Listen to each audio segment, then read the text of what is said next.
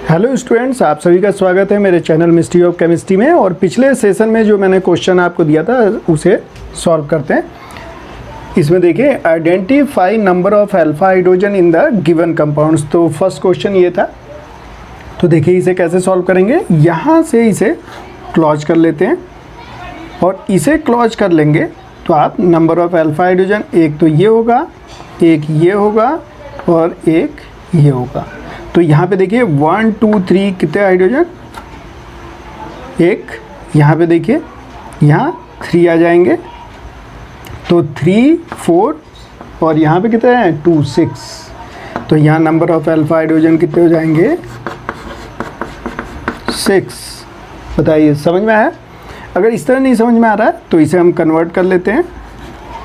देखिए इसे मैं ऐसे लिख दे रहा हूँ, C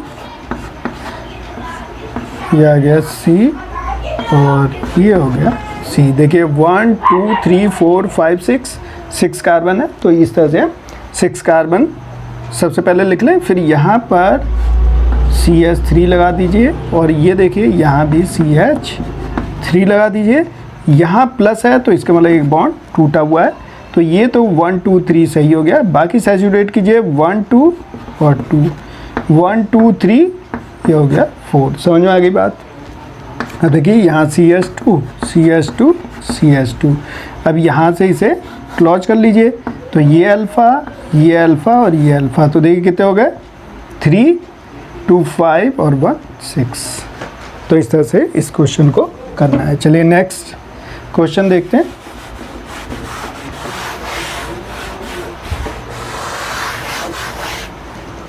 इसे ध्यान से देखिए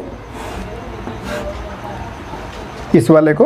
तो ये हो गया हमारा ग्रुप और इस ग्रुप से जुड़ा हुआ है इथाइल। इसे मैं जोड़ देता हूँ।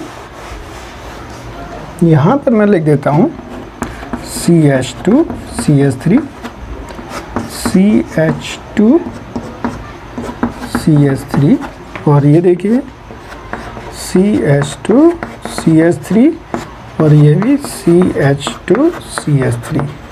अब देख लीजिए ये अल्फ़ा, नेक्स्ट जाएंगे beta, alpha beta alpha beta alpha beta.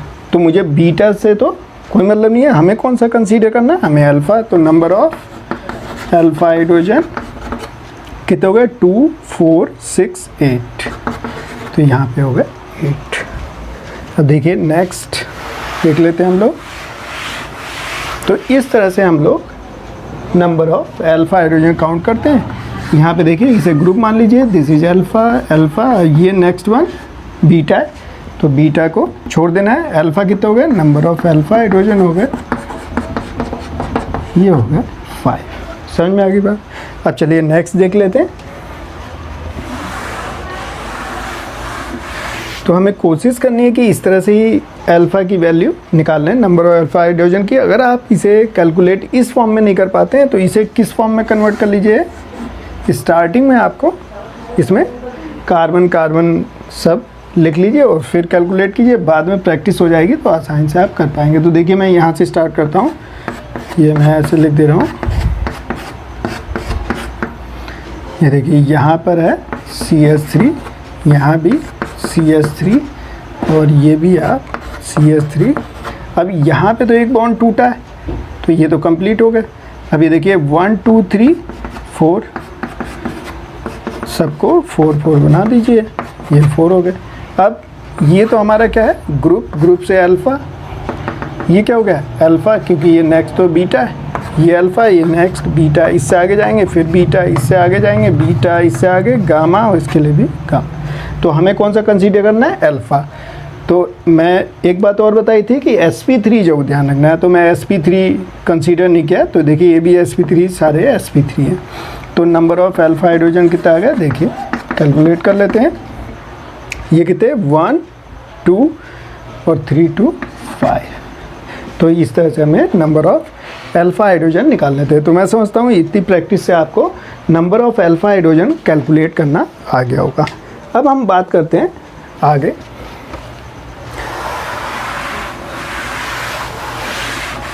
चलिए अब आप ध्यान दीजिए, बहुत ही इंपॉर्टेंट पॉइंट बताने जा रहा हूँ, इसे ज़रा ध्यान से देखिएगा। ये मोस्ट इम्पोर्टेंट है।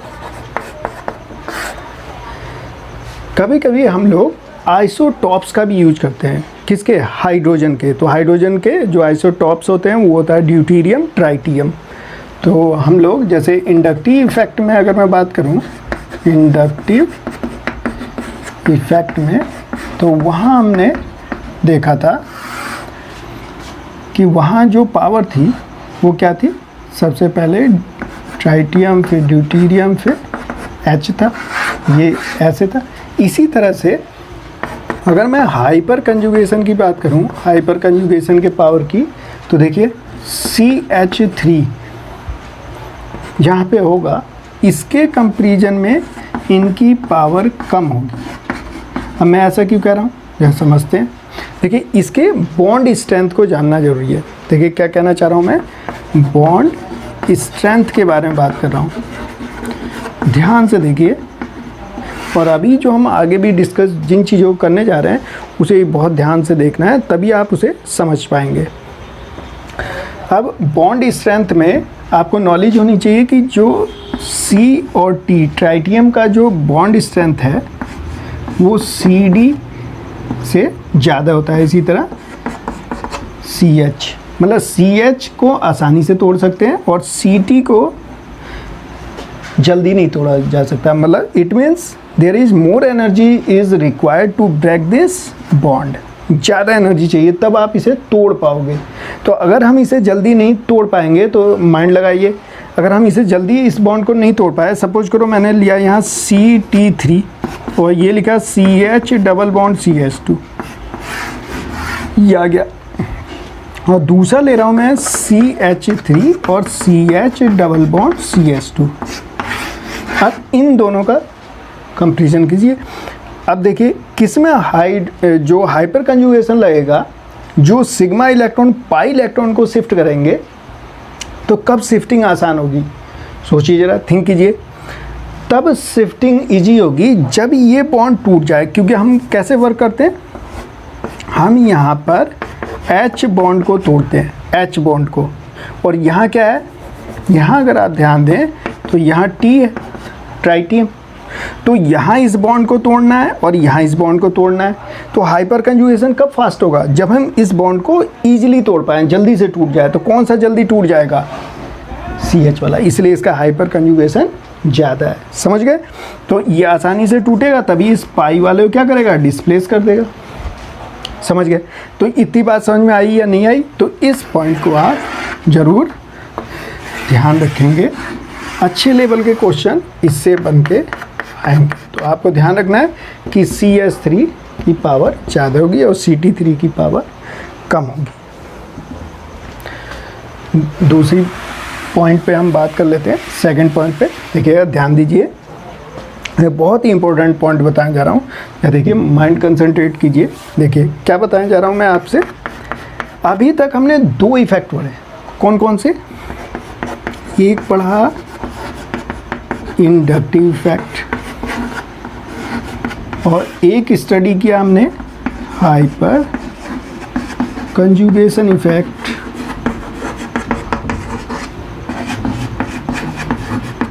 ठीक, दो इफेक्ट पढ़े।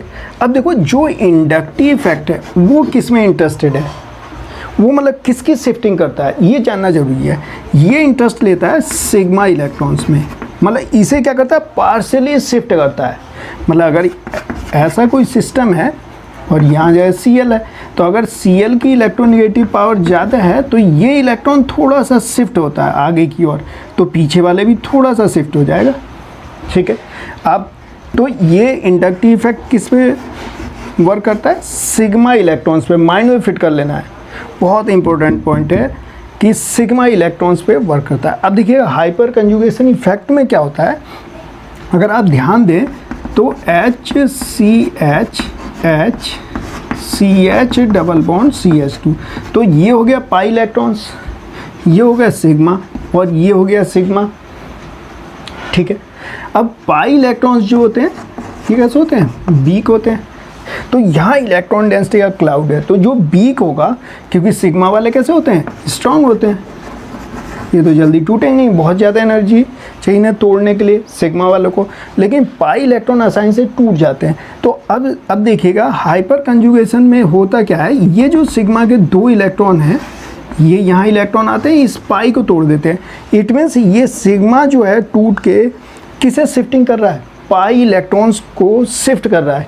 इसके मतलब ये हाइपर कंजुगेशन में ध्यान रखना है कि ये किस में इंटरेस्ट लेते हैं, पाई इलेक्ट्रॉन्स के शिफ्टिंग में। समझ में आ गया? मतलब हाइपर कंजुगेशन जो पाई इलेक्ट्रॉन्स को शिफ्ट कराएगा और इंडक्टिव इफेक्ट किसे कराएगा, सिग्मा इलेक्ट्रॉन्स को शिफ्ट कराएगा। तो पाई इलेक्ट्रॉन्स में आपने देख लिया कि पाई इलेक्ट्रॉन्स क्या होता है, टूटता है। ये पाई इलेक्ट्रॉन्स क्या होता है, टूट के शिफ्ट हो जाते हैं। तो ये आप अपने माइंड में ध्यान रखेंगे कि हाइपर कंजुगेशन पाई इलेक्ट्रॉन्स पे वर्क करेगा और इंडक्टिव इफेक्ट किस पे करेगा, सिग्मा इलेक्ट्रॉन्स पर वर्क करेगा। चलिए आगे बात करते हैं। तो मैं समझता हूँ ये पॉइंट समझ में आ गया होगा आपको। चलिए हम नेक्स्ट बात करते हैं आपसे इसके एप्लीकेशंस।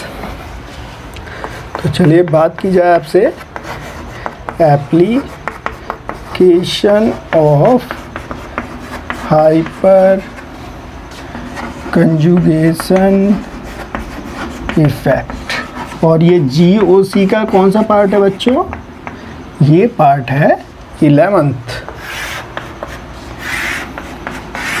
चलिए अब हम देख रहे हैं एप्लीकेशन। तो फर्स्ट देखते हैं, to check the bond length of the compound.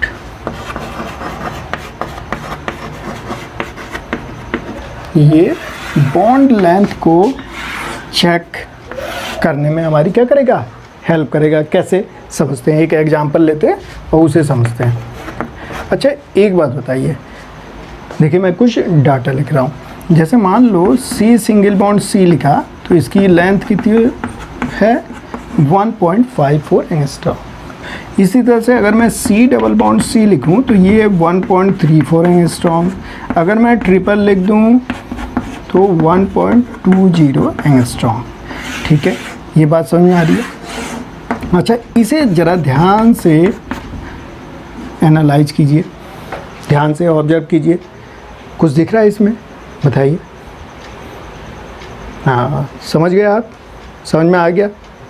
जैसे जैसे नंबर ऑफ बॉन्ड इंक्रीज कर रहे हैं, देखिए ध्यान से, नंबर ऑफ बॉन्ड इंक्रीज कर रहे हैं तो डिस्टेंस क्या हो रही है, कम होती जा रही है। देखिए सिंगल बॉन्ड पे 1.54 एंगस्ट्रॉम, डबल पे 1.34 एंगस्ट्रॉम और ट्रिपल पे कितनी 1.20 एंगस्ट्रॉम। इसके मतलब जितने ज़्यादा मल्टीपल बॉन्ड बढ़ रहे हैं डिस्टेंस क्या हो रही है, कम हो रही है। इसके मतलब ओवरलैपिंग अच्छी हो रही होगी। ये बात समझ में आ रही है? अब देखिएगा, तो मैंने जो पहला पॉइंट हम जो देखने जा रहे हैं, हम क्या चेक करने जा रहे हैं, बॉन्ड लेंथ। इट मीन्स मुझे एक बात तो समझ में आई कि अगर सिंगल बॉन्ड है तो उसकी बॉन्ड लेंथ ज़्यादा है और अगर डबल बॉन्ड है तो उसकी बॉन्ड लेंथ कम हो जाएगी। अब देखिए एक एग्जांपल लेके समझते हैं। जैसे सपोज कीजिए मैंने CH3 CH double bond CH2 दिया। अब यहाँ मैं लिख रहा हूँ AB, ठीक है। अब अगर इसकी बॉन्ड लेंथ में on the basis of given this data अगर मैं देखूं तो मैं कितना लिखूंगा, मेरा जो फर्स्ट रिजल्ट आएगा on the basis of this data वो क्या आएगा कि ये 1.54 एंगस्ट्रॉम होगा। क्लियर? और इस डबल बॉन्ड को मैं लिखूंगा 1.34 एंगस्ट्रॉम। तो ये कैसे बता रहा हूँ, on the basis of theoretical. ये मैं किसके बेस पे बता रहा हूँ, थ्योरेटिकल बेस पर मैं बता रहा हूँ। ठीक है, on the basis of theory. अब लेकिन जब हमने इसे बाई एक्सपेरिमेंट देखा तो ये जो बॉन्ड लेंथ है होनी कितनी चाहिए थी, 1.54 एंगस्ट्रॉम, लेकिन ये इतनी नहीं निकल के आती और ये वाली बॉन्ड लेंथ भी कुछ बढ़ी हुई आती है। इट मीन्स कुछ ना कुछ हुआ होगा इसमें। तो इसकी जो बॉन्ड लेंथ आती है वो कितनी है, 1.49 एंगस्ट्रॉम। तो ये कैसे एक्सप्लेन करेंगे हम लोग, तो ये किसके द्वारा एक्सप्लेन होगा, हाइपर कंजुगेशन इफेक्ट के द्वारा। देखो कैसे, देखो क्या आप कुछ ऑब्जर्व कर पा रहे हो, देखना ध्यान से, ये 1.54 लेकिन एक्सपेरिमेंटली 1.49। अब जरा यहाँ देखिएगा ध्यान से, 1.54 और 1.34 के बीच में है, तो कहीं ऐसा नहीं कि हमें दिख रहा है वो सिंगल और वो कहीं पार्शियल डबल बॉन्ड कैरेक्टर दिखा रहा हो on the basis of hyper conjugation effect. तो इस पर इफेक्ट लगा लेते हैं। तो देखो कैसे इफेक्ट लगाएंगे, यहाँ पर क्या होगा, ये हो गया H H H CH double bond CH2। अब देखिएगा ध्यान से, यहाँ पे माइंड लगाइए, ठीक है ना। देखिए कैसे सोचेंगे। अब ये देखिए यहाँ पर क्या लग रहा है, एक बच्चा कहेगा कि सर इसमें प्लस आई इफेक्ट लग रहा है, बिल्कुल सही, प्लस आई लग रहा है। दूसरा क्या लग रहा है, अगर ये अपना सिस्टम है अनसैचुरेटेड, तो ये अल्फा कार्बन हो गया और ये sp3 है और इस पर अल्फा हाइड्रोजन है।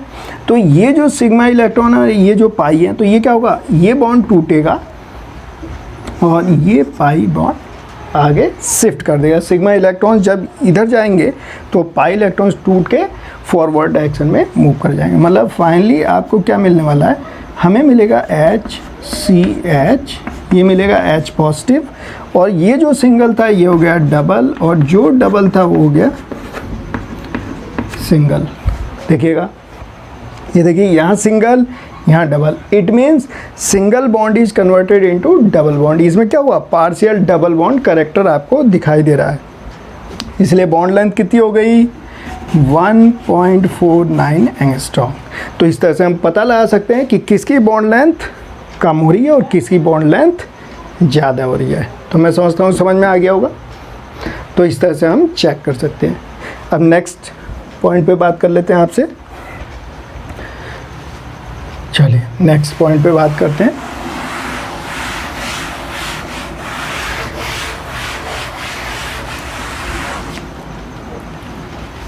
आप सेकंड एप्लीकेशन देखिए, to check the bond strength, bond strength of the compound. हम बॉन्ड स्ट्रेंथ भी निकाल सकते हैं, ठीक है ना। बॉन्ड स्ट्रेंथ का मतलब जैसे मान लीजिए कोई सिंगल बॉन्ड है, उसे तोड़ना आसान, डबल हो गया, 2 बॉन्ड आ गए तो टफ, 3 आ गए तो और टफ, ठीक है ना। तो ये कैसे पता चलेगा, ये भी हम कैसे देख सकते हैं, जैसे अभी हमने देखा, जैसे मान लीजिए मैं एक एग्जांपल ऐसा लेता हूँ, CH3 CH2 CH double bond CH2। अब देखिए अगर यहाँ से अगर हम देखें कि यहाँ से क्या हम इससे तोड़ सकते हैं क्या, ठीक है ना, या इसकी स्ट्रेंथ कितनी है, तो इस चीज़ का कैसे पता लगाएंगे। जब देखिए ये भी सिस्टम है और ये क्या हो गया, अल्फा कार्बन, अल्फा कार्बन पे क्या है, 2 हाइड्रोजन। तो यहाँ से जब शिफ्टिंग आप कराएंगे तो देखिए क्या होगा, CH, ये हो गया H+, ये CH, तो ये डबल बॉन्ड CH, ये CH2 नेगेटिव हो गया। तो ये देखिए ज़रा यहाँ पे इन दोनों को देखिए, इसका तो डबल सिंगल हो गया और ये जो सिंगल था ये कैसा हो गया, डबल हो गया। It means single bond is converted into double bond. इसके मतलब इसकी बॉन्ड स्ट्रेंथ क्योंकि नज़दीक आ रहे हैं, इसके मतलब there is more energy is required to break this bond. इसके मतलब बहुत ज़्यादा एनर्जी की जरूरत पड़ेगी, तो इसे तोड़ना क्या होगा, दिस इज़ वेरी टफ। तो इस तरह से हम बॉन्ड स्ट्रेंथ का भी पता लगा सकते हैं कि कौन से बॉन्ड को हम आसानी से तोड़ सकते हैं और किस बॉन्ड को नहीं तोड़ सकते हैं। आप देखिए यहाँ से हमें ये पता चल गया कि इसे तोड़ना आसान है, तो इस तरह से इसका यूज करेंगे हम लोग रिएक्शंस सॉल्व करने में कि किस बॉन्ड को इफेक्ट लगा के तोड़ सकते हैं और किसे नहीं तोड़ सकते हैं। तो ये पॉइंट क्लियर हो गया। तो वीडियो बिल्कुल स्किप ना कीजिए, ये बहुत ही इंपॉर्टेंट पॉइंट है और इन्हें समझना बहुत ही ज़रूरी है। तो नेक्स्ट एप्लीकेशन को हम लोग देखते हैं। चलिए नेक्स्ट एप्लीकेशन की ओर मूव करते हैं। तो हमने क्या देख लिया, हमने देख लिया बॉन्ड लेंथ, हमने देख लिया बॉन्ड स्ट्रेंथ, और आगे बढ़ते हैं हम लोग थर्ड पॉइंट जो है इस पर हम बात करते हैं,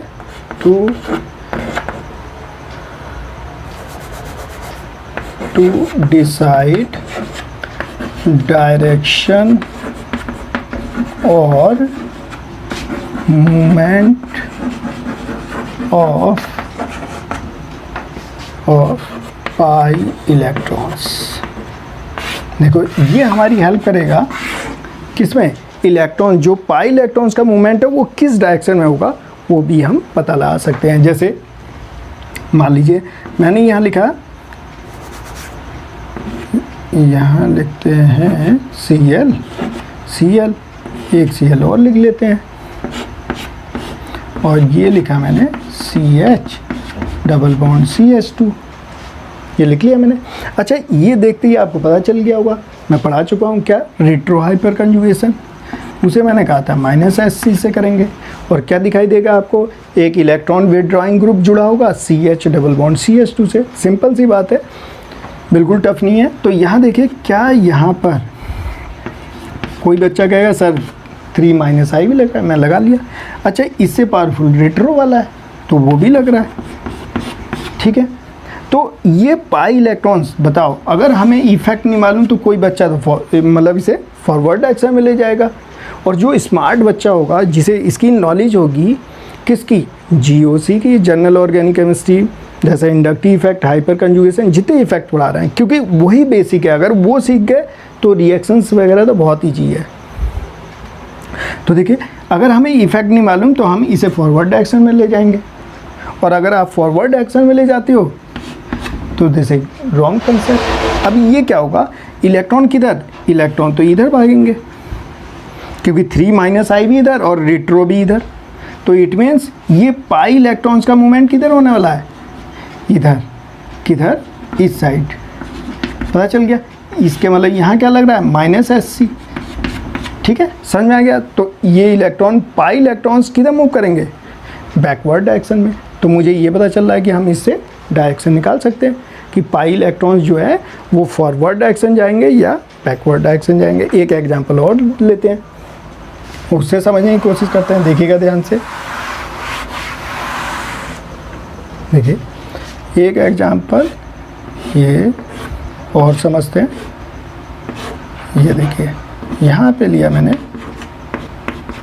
देखिएगा ध्यान से, ये पाई इलेक्ट्रॉन्स है। अब ये बताइए इसका डायरेक्शन किधर होगा, कैसे चेक करेंगे आप। अब इफेक्ट लगाते हैं। एक बच्चा कह रहा है मुझसे कि सर +I, बिल्कुल सही, और दूसरा देखो जरा ध्यान से, HC, तो क्या यहाँ पर sp3 है ना, बोलिए sp3।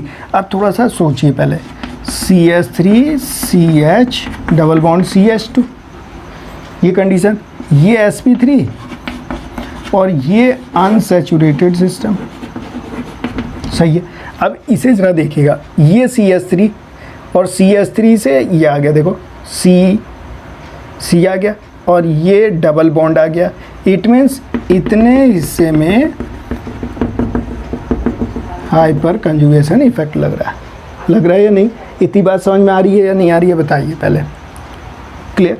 अब देखिए अब क्या होगा, ये वाले इलेक्ट्रॉन तो आएंगे यहाँ, क्योंकि +I भी इलेक्ट्रॉन इधर ही भेजेगा, और हाइपर कंजुगेशन देखिए ये इधर आएगा, तो ये पाई इलेक्ट्रॉन्स किधर जाएंगे, फॉरवर्ड डायरेक्शन में। तो ये हो जाएगा निगेटिव और ये हो रहा है पॉजिटिव। तो देखिए मुझे ये पता चल रहा है कि इस जो ये पाई इलेक्ट्रॉन्स हैं ये बैकवर्ड ना जाके किधर जाएंगे, फॉरवर्ड डायरेक्शन में। इस तरह से हम डिसाइड कर सकते हैं मूवमेंट ऑफ पाई इलेक्ट्रॉन्स। क्या बात समझ में आ गई, क्लियर है। चलिए अब आगे बात करते हैं नेक्स्ट एप्लीकेशन की ओर। अब हम 4th एप्लीकेशन को देखते हैं।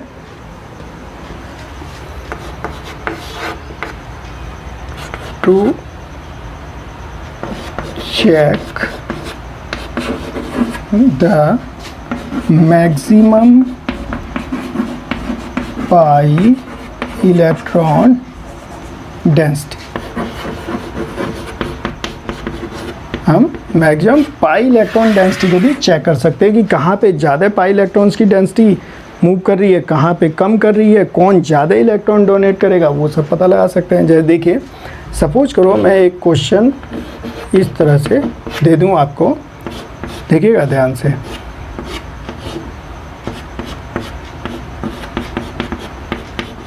ये देखिए ऐसा लिख लिया मैंने,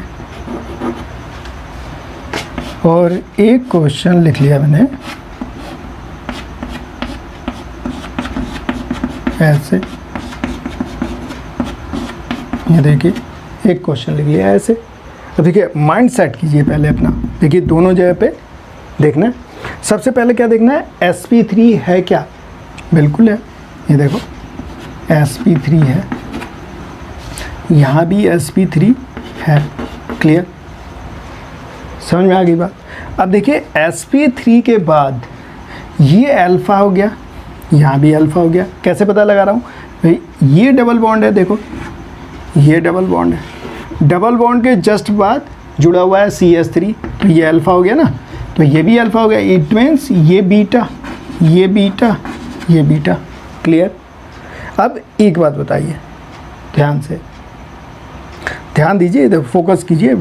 अब देखिए ऑब्जर्व कीजिए, यहाँ पे ध्यान से देखिएगा, यहाँ पर अगर आप ध्यान दें तो यहाँ पर नंबर ऑफ अल्फ़ा हाइड्रोजन 0 है। बताइए बात समझ में आई या नहीं आई, are you getting my point, कि यहाँ पे नंबर ऑफ अल्फ़ा हाइड्रोजन कितने हैं, 0। और यहाँ ज़रा देख लीजिए, यहाँ नंबर ऑफ अल्फ़ा हाइड्रोजन कितने हैं, बोलिए 3, देखिए 1 2 3 3 है। अब मैंने आपको बता रखा है कि हाइपर कंजुगेशन जितने नंबर ऑफ अल्फ़ा हाइड्रोजन होंगे उतने रेजोनेटिंग स्ट्रक्चर बनाएगा, मतलब उतने ज़्यादा इलेक्ट्रॉन नीचे की ओर क्या करेगा, शिफ्ट करेगा यहाँ से इसके अंदर। इसका मतलब रिंग में इलेक्ट्रॉन डेंसिटी कौन बढ़ाएगा, पाई इलेक्ट्रॉन डेंसिटी कौन बढ़ाएगा, बताइए, हाइपर कंजुगेशन। हाइपर कंजुगेशन अभी मैंने बताया था आपको कि हाइपर कंजुगेशन किस पे काम करता है, पाई इलेक्ट्रॉन्स पे। जो उसके सिग्मा इलेक्ट्रॉन्स हों वो किस में इंटरेस्ट लेते हैं, पाई इलेक्ट्रॉन्स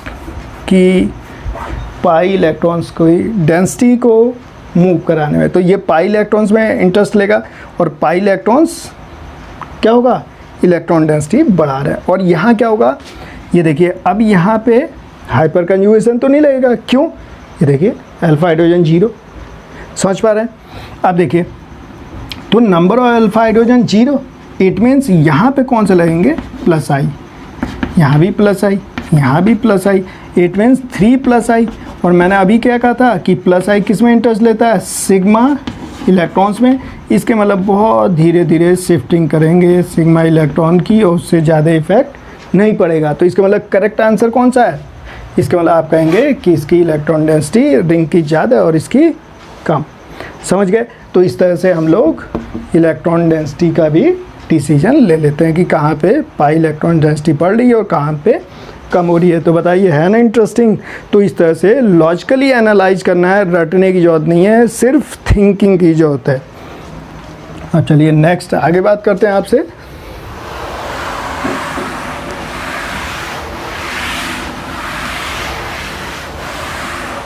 देखिए ध्यान दीजिएगा, अब हम बात करेंगे 5th पॉइंट में,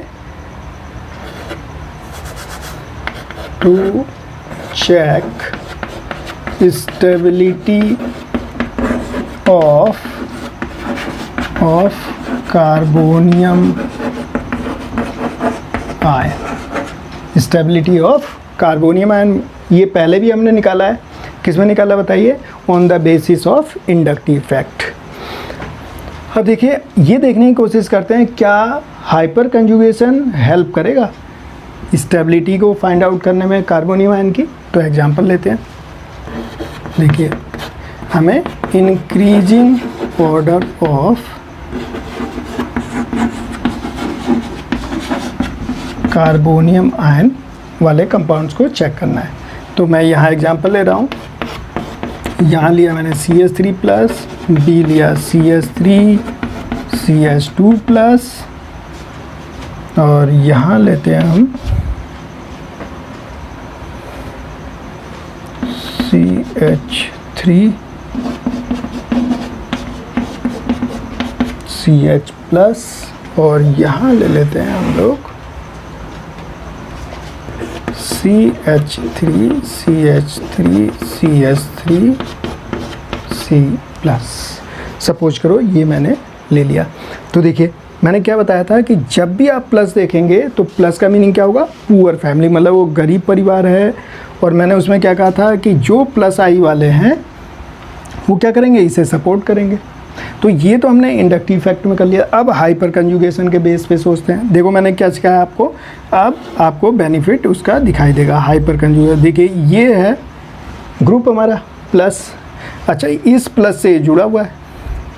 अब याद कीजिए जो मैंने आपको सिखाया था, ये देखिए अनसैचुरेटेड सिस्टम सिखाया था इस प्लस से। तो ये क्या है, अल्फ़ा कार्बन, और इस अल्फ़ा कार्बन से क्या जुड़े हैं, क्या जुड़े हैं, 3 अल्फ़ा हाइड्रोजन। समझ में आया। तो ये देखिए इसी से जुड़ा है, ये भी अल्फ़ा, ये भी अल्फ़ा, ये भी अल्फ़ा। बताइए नंबर ऑफ अल्फ़ा हाइड्रोजन कितने हो गए, 9। समझ में आ गया। अब यहाँ पे देख लीजिए, यहाँ पे नंबर ऑफ अल्फ़ा हाइड्रोजन कितने हो गए, 3। अच्छा यहाँ देख लीजिए, यहाँ नंबर ऑफ अल्फ़ा हाइड्रोजन कितने हो गए, 6। ये देखिए ये अल्फ़ा, ये अल्फ़ा, इसी तरह ये अल्फ़ा, ठीक है ना। अब स्टेबिलिटी को कैसे डिफाइन करने वाले हैं, स्टेबिलिटी डायरेक्टली प्रोपोर्शनल है नंबर ऑफ अल्फ़ा हाइड्रोजन के। क्यों, क्योंकि जितने अल्फ़ा हाइड्रोजन होंगे उतने ही ज़्यादा रेजोनेटिंग स्ट्रक्चर बनेंगे। तो स्टेबिलिटी किसके डायरेक्ट है, नंबर ऑफ रेजोनेटिंग स्ट्रक्चर के। जितना मूवमेंट ज़्यादा होगा उतना ही स्टेबिलिटी होगी। इट मीन्स हम स्टेबिलिटी ये कह सकते हैं कि जितने अल्फ़ा हाइड्रोजन संख्या ज़्यादा होगी वो उतना ही ज़्यादा स्टेबल होगा। तो बताइए किसकी स्टेबिलिटी ज़्यादा है, बताइए। बिल्कुल सही कह रहे हैं, करेक्ट आंसर क्या हो गया, ए। तो सबसे ज़्यादा स्टेबल ए के बाद सी, और सी के बाद बी, ये इसका ऑर्डर हो गया। तो देखिए हम कितनी आसानी से स्टेबिलिटी डिसाइड कर पा रहे हैं। इस तरह से हमें डिसीजन लेना है। तो ये हम इस तरह से stability of carbonic ion find out कर सकते हैं। अब देखिए जरा नेक्स्ट देख लेते हैं। अच्छा इसी तरह से हमें फ्री रेडिकल का भी करना है सेम। क्यों, क्योंकि देखिए मैंने कहा था जिसमें इलेक्ट्रॉनिक कमी वो पुअर फैमिली। तो इसमें भी एक क्वेश्चन कर लेते हैं, और ये हमारा हो जाएगा 6 point, stability of free radical. एक क्वेश्चन ले लेते हैं, चलिए एक क्वेश्चन इस पे भी हम लोग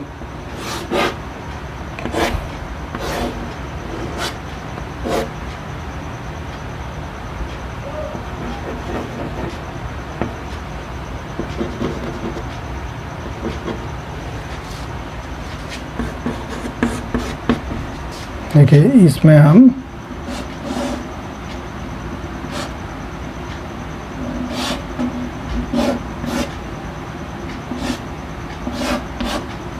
इन दोनों में स्टेबिलिटी चेक कर लेते हैं। मान लीजिए कि यहाँ 1 2 3 यहाँ एक फ्री रेडिकल है। तो देखिए कैसे करने वाले हैं, आसान है। देखिए यहाँ पे जाएंगे तो ये हमारा अल्फ़ा होगा, इसी तरह यहाँ पे देखेंगे तो ये अल्फ़ा, ये अल्फ़ा, ये अल्फ़ा, ठीक है ना। अब जरा देखिएगा यहाँ 1 2 बॉन्ड, और ये क्या हो गया, यहाँ पे 2 हाइड्रोजन है। इसके बाद नंबर ऑफ अल्फ़ा हाइड्रोजन कितने हैं, 2। इस तरह के क्वेश्चन फ्रेम होते हैं सिंपल, तो आप आसानी से कर पाएंगे। तो देखिएगा नेक्स्ट वाला जरा ध्यान से देखिए, यहाँ पे इस पॉइंट को देखिए, ये कितने हो गए, 3 और 3 6। अच्छा यहाँ पे कितने होंगे बताइए, 1 2 3 4। यहाँ तो कोई भी हाइड्रोजन नहीं है। तो यहाँ देखिए 3 और 3 6। It means number of alpha hydrogen आ गए 6। तो बताइए स्टेबिलिटी किसकी ज़्यादा है, बी की ज़्यादा है। तो इस तरह से क्वेश्चन फ्रेम होके आते हैं, तो आप आसानी से इन क्वेश्चनों को कर पाएंगे। तो ये बात हो गई स्टेबिलिटी ऑफ फ्री रेडिकल की। अब हम बात कर लेते हैं आपसे एल्कीन की। चलिए एल्कीन को भी सॉल्व कर देते हैं चुटकियों में, थके तो नहीं। चलिए आइए अब हम बात कर लेते हैं आपसे एल्कीन की। ज़रा माइंड कंसंट्रेट कर लीजिए और देखिए इसे भी सॉल्व करते हैं कि इसमें हम कैसे क्वेश्चन को सॉल्व करते हैं।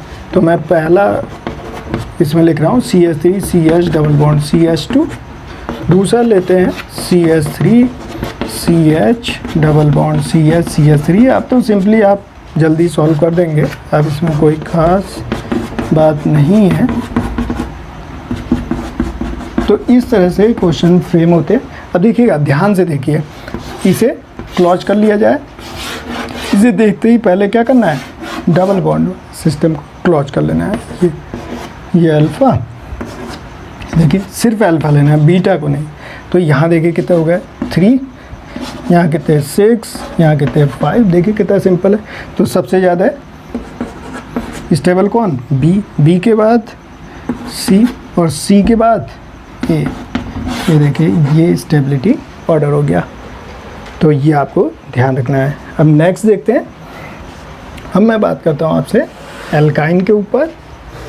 चलिए एल्काइन भी देख लिया जाए।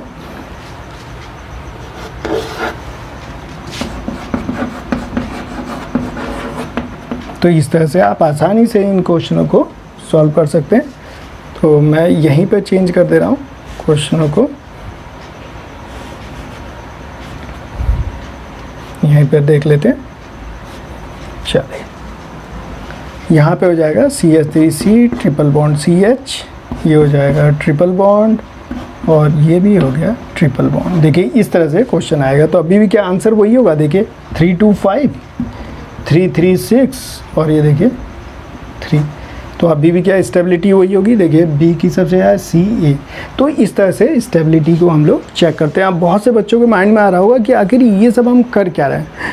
बच्चों, जब हम रिएक्शन सॉल्व करेंगे तो उसमें ये प्रोडक्ट दिखाई देंगे और इसके बेस पे हम स्टेबिलिटी को डिसाइड करेंगे। तो आगे चल के अगर इन चीज़ों को आप सीख जाते हैं तो जो नेक्स्ट वाले हम लोग रिएक्शन सीखने जा रहे हैं उसमें आपको बहुत ज़्यादा इंटरेस्ट आएगा और इसी के बेस पे हम प्रोडक्ट डिसाइड करेंगे। तो इसे आपको बहुत अच्छे तरीके से सॉल्व कर लेना है।